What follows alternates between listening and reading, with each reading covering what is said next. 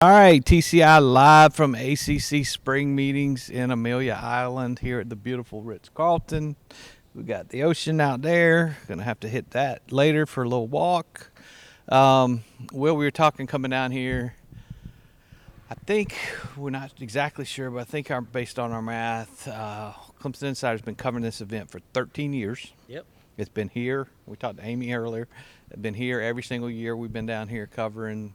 Kind of started right around when Dabo was taking over things. So, trip we always enjoy. We were fortunate yesterday. We actually got Dabo before the event even started. Correct. And we got him in a very relaxed conversation and got some pretty cool stuff out of him. Maybe the coolest story, which is on the website right now this morning, is the story he gave us about how the Ian Shefflin went down, and it went down not as you might not expect.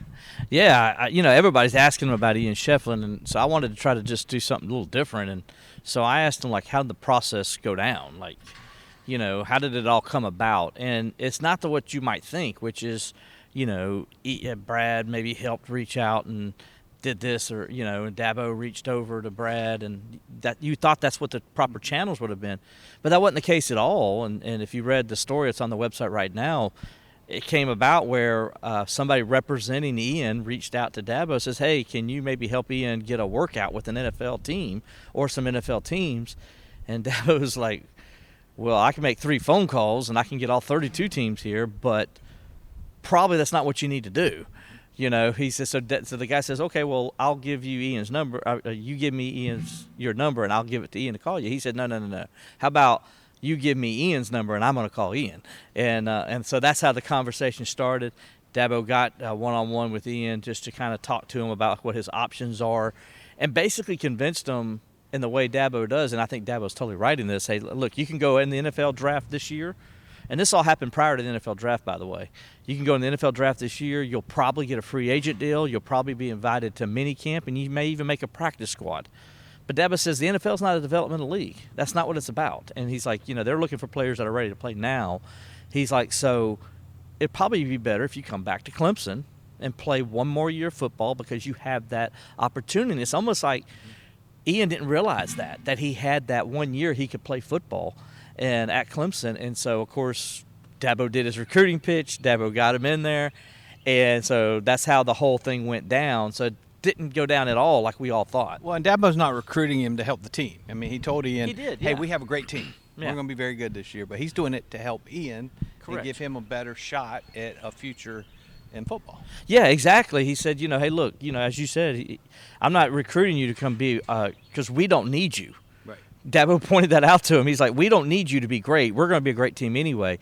But you have the luxury to come onto a team that's ready to win and be successful with no pressure. He says you don't have the pressure that you're going to have if you go to NFL training camp where if you may have one bad practice, you're going to get cut the next day. He's like, you're not going to have that. You can come here. If you have a bad practice, so what? You get better the next day. And he's like, so come here. There's no pressure. We're not expecting you to help us win any games or anything. It's just about making you a better football player. So next year you'll have a better opportunity. And Dabo told him about a kid this past year who never played football, I believe out at Utah or whatever, and went out and played for the football team last year at Utah. Only year he's ever played football his entire life. Had 4 catches and got drafted by the Denver Broncos. Drafted, not free agent, but drafted.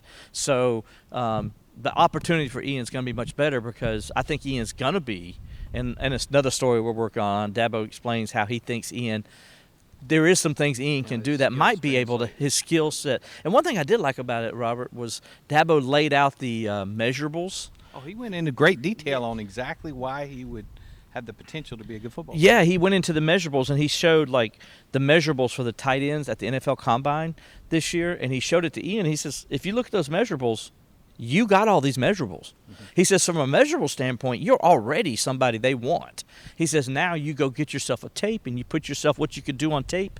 He says, then you become more of a valuable commodity. So I think it's a good marriage. And again, like Dabo says, they don't need him. But I think there's a spot for Ian. And Dabo even said that. And he says, go be the greatest player in that role that you can be. He says, and that'll give you an opportunity. Yeah. And I mean, went into a ton of depth on that whole story, how it happened, and what he thinks about his future. So make sure you read those on the Clemson Insider. Another thing Dabo talked, we obviously always ask him about, what are y'all going to talk about this week? And one of the big topics was the calendar.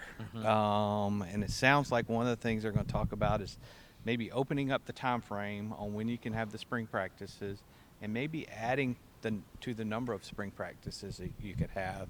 Dabo said, it's different for each school. He said some schools it's important because you got a new coach coming in for different reasons.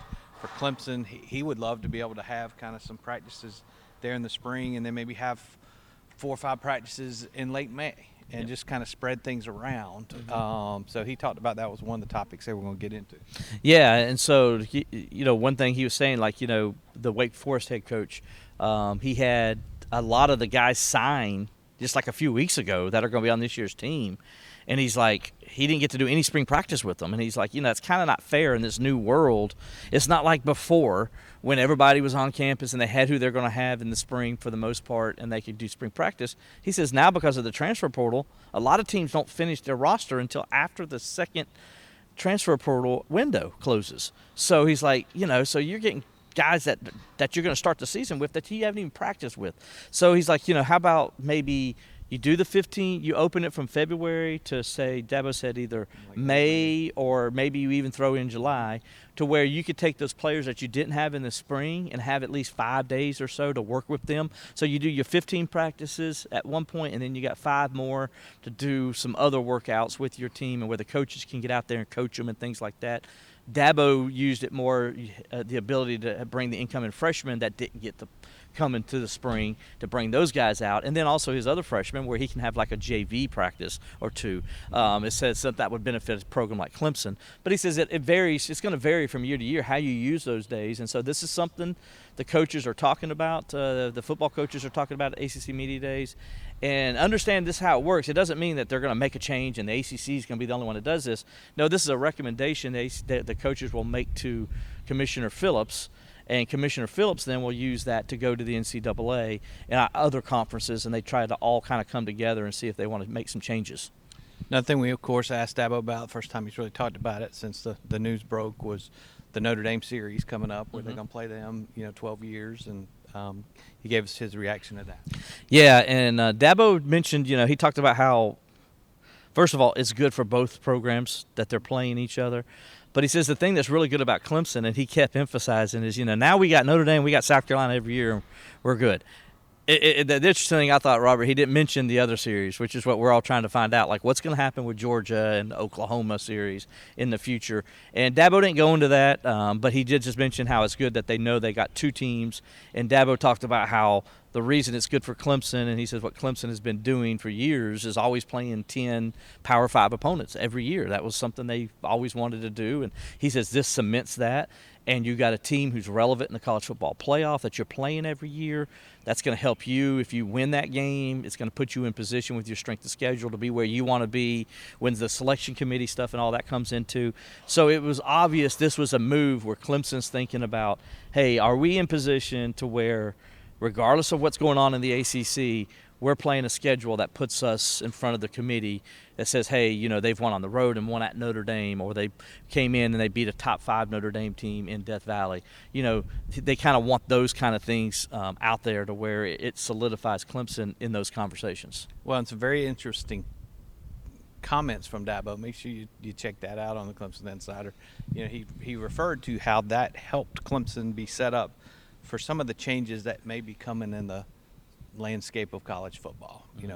Some of those could be like SEC moving to play 9 games. Some of those could be conference realignment. Some of those could be something even bigger than that. So he talked about how that series positions Clemson to be in a better spot regardless of where some of these other changes head.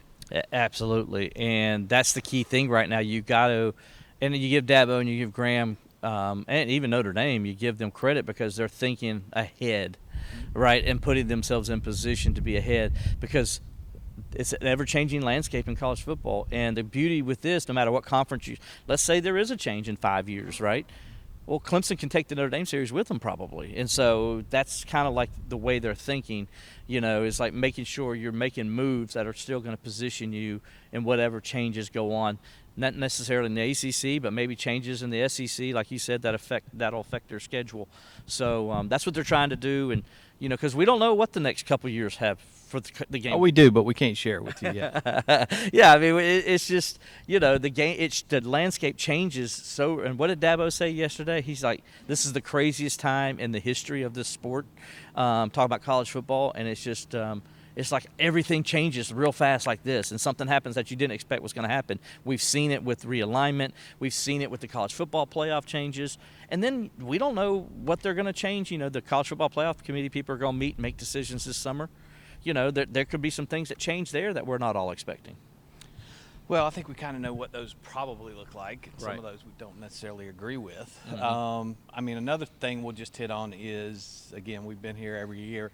It's different this year, much different than the last couple of years where you had all the friction between Clemson and Florida State and the conference and the lawsuits. And this year, it's a lot more friendly. It's a lot calmer. It is. It's totally different. Even Dabo talked about it a little bit yesterday with us. Like, it just seems like you don't have all the whole lawsuit stuff going on and the tension in the room. And, the commissioner seems more relaxed than probably he has since we've seen him in this role. He really does. Actually, Dabo seems extremely relaxed. Probably the most relaxed we've seen Dabo in a few years as well. I think that's just the confidence he has in this football team this year.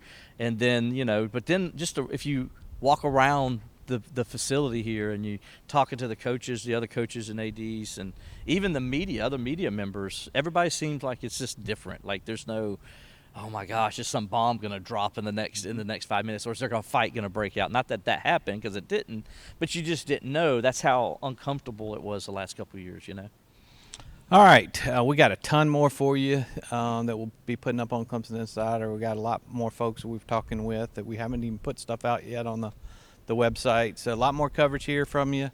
We'll be here all the way through tomorrow when this spring meetings wraps up. So stay tuned to the Clemson Insider for the most complete coverage of Clemson football and Clemson recruiting.